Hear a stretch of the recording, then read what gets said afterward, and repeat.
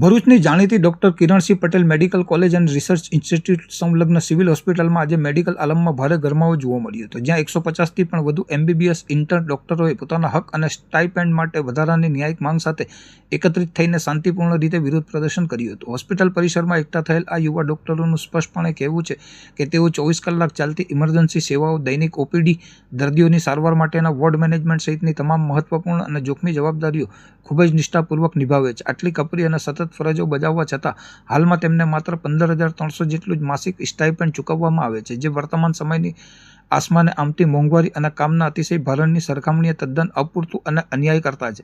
આથી વિદ્યાર્થીઓએ એક સુરે આ માસિક ભથ્થું વધારીને 21,800 કરવાની સખત માંગ ઉઠાવી છે અને આ અંગે કોલેજના ડીન, પ્રિન્સિપલ તેમજ ઉચ્ચ મેનેજમેન્ટને પુરાવા સાથેની વિસ્તૃત લેખિત રજૂઆત પણ સુપ્રત કરી દીધી છે, જેથી તેમની આર્થિક મજબૂરીને સમજીને સત્વરે યોગ્ય નિર્ણય લેવામાં આવે.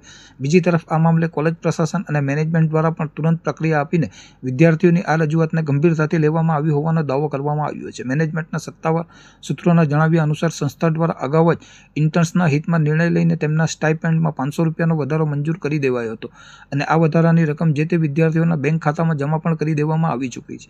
આ ઉપરાંત હોસ્પિટલ પ્રશાસને તીવ્ર બનેલા આ વિરોધ વચ્ચે વિદ્યાર્થીઓના પ્રતિનિધિઓ સાથે એક ખાસ બેઠક યોજીને ચર્ચા તેમજ પરસ્પર સંવાદના માધ્યમથી કોઈ હકારાત્મક અને સર્વસંમત ઉકેલ લાવવાની ખાતરી આપી છે.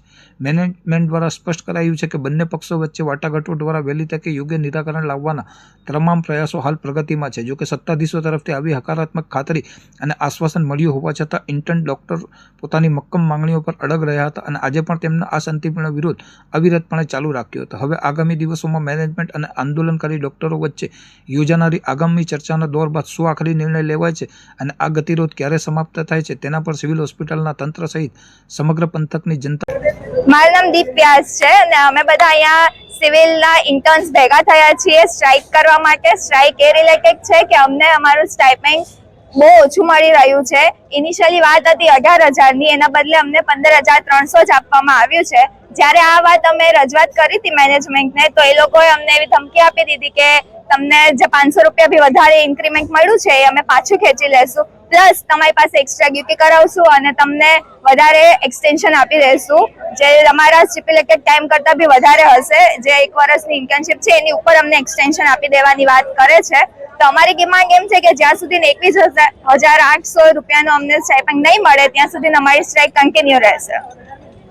મારું નામ ડોક્ટર સુજય બારૈયા છે. અમે Kiransinh Patel medical college research institute batch 2021-22માં ઇન્ટર્નશિપ કરીએ છીએ. અમે જે ઇન્ટર્નશિપ શરૂ થવાની હતી એની પહેલા મેમ જોડે મીટિંગ થયેલી હતી સ્ટાઇપન્ડના રિલેટેડ. તો સ્ટાઇપન્ડના રિલેટેડ અમને એમ કહેવામાં આવેલું હતું કે તમારું 23% જેટલું ઇન્ક્રીમેન્ટ થશે પહેલા બેચના સ્ટાઇપન્ડના પ્રમાણે. હવે 2 મહિનાથી અમારું સ્ટાઇપન્ડ નહોતું આવ્યું ને 9 તારીખે જ્યારે અમારું સ્ટાઇપન્ડ આવ્યું ત્યારે અમને મહિનાના 15,300 જ આપ્યા સ્ટાઇપન્ડના, જે આગલા બેચના 14,800 હતો. એટલે મીન્સ અત્યારે લોકો 500 રૂપિયા જેટલું વધાર્યું, એટલે 3% જેટલું ઇન્ક્રીમેન્ટ કર્યું છે. રિમેનિંગ 20% ઇન્ક્રીમેન્ટ એ લોકોએ નથી કર્યું. એના રિલેટેડ અમે મેડમ જોડે 2 વાર મિટિંગમાં ગયા હતા. તો મિટિંગમાં ગયા તો અમારા જોડે એ વાત કરી કે તમારું ઇન્ક્રીમેન્ટ હવે નહીં થાય, હમકા 500 રૂપિયા તો વધ્યા, એના સામે હમકા 14,800 થી ઘટાડવાના હતા. એ રિલેટેડ અમને જવાબ મળ્યો, છતાં આજે અમે લેટર આપ્યો છે ઇન્ક્રીમેન્ટ વધારવા માટે. તો એ સામે મેનેજમેન્ટનો હજી તો અમને કોઈ રિપ્લાય નથી આવેલો. એના માટે અમે સ્ટુડન્ટ બધા સ્ટ્રાઇક ઉપર બેઠા છે. અમારે VNS યુનિવર્સિટીમાં જેટલી પણ કોલેજ આવે છે એમનું સ્ટાઇપન્ડ 21,800 જેટલું સ્ટાઇપન્ડ છે ને અમારું 15,300 છે. તો અમારું એ ડિમાન્ડ છે કે અમારું સ્ટાઇપન્ડ ઇન્ક્રીઝ થાય, 21,800 જેટલો ઇન્ક્રીઝ થાય. એના માટે અમે સ્ટ્રાઇક ઉપર બધા સ્ટુડન્ટ 150 બેઠેલા છે. જી, મારું નામ ડોક્ટર ગોપિકા મેઘિયા છે. હું KMCRI માં ચીફ એડમિનિસ્ટ્રેટિવ ઓફિસર તરીકે ફરજ બજાવું છું. આજે જે અમારા ત્યાંના ઇન્ટર્ન્સ ડોક્ટર્સ જે સ્ટ્રાઇક પર ઉતરેલા છે સ્ટાઇપન્ડ વધારવાના મુદ્દે, એ બાબતે મારે ખાલી એટલો જ ખુલાસો કરવો છે કે આ વિદ્યાર્થીઓની એપ્લિકેશન અમને 11 તારીખે મળી હતી, 11મી મે, અને એ લોકોની ઇન્ટર્નશિપ ચાલુ થઈ છે 18 મેથી. અને એમનું એક એવું હતું, એ લોકોની એક એપ્લિકેશન એવી હતી કે અમને સ્ટાઇપન્ડમાં વધારો કરી આપો. ગયા વર્ષે જે પહેલી બેચ હતી અમારી એનું સ્ટાઇપન્ડ હતું 14,800 રૂપિયા. અને આ લોકોએ મને એપ્લિકેશન આપી, એના પછી અમારી મેનેજમેન્ટ સાથેની મિટિંગ થઈ. મેનેજમેન્ટે આ વિષય પર થોડું ધ્યાન આપ્યું અને એ લોકોના સ્ટાઇપન્ડમાં અમે લોકોએ 500 રૂપિયાનો વધારો કરીને આપ્યો. જે એપ્લિકેશન એ લોકોએ આપેલી હતી 11/5 એના સંદર્ભે અમે એ લોકોને વધારો કરીને આપેલો છે સ્ટાઇપન્ડનો. હાલનું સ્ટાઇપન્ડની રકમ છે 15,300 રૂપિયા. અને આ જે રકમ છે એ લોકોના અકાઉન્ટમાં સ્ટાઇપન્ડ પેટે જમા પણ કરી દેવામાં આવેલી છે.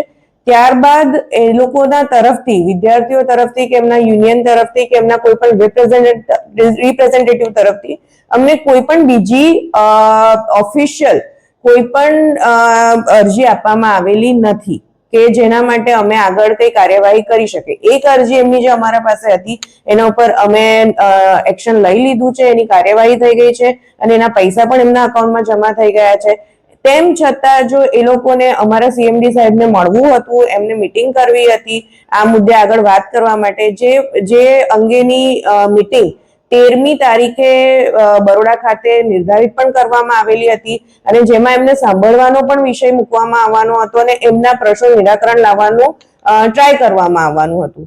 પણ આજે જે આ લોકો ધરણા પર બેઠા છે એ અંગે અમારા પાસે આના પહેલા કોઈ જાણકારી નહોતી.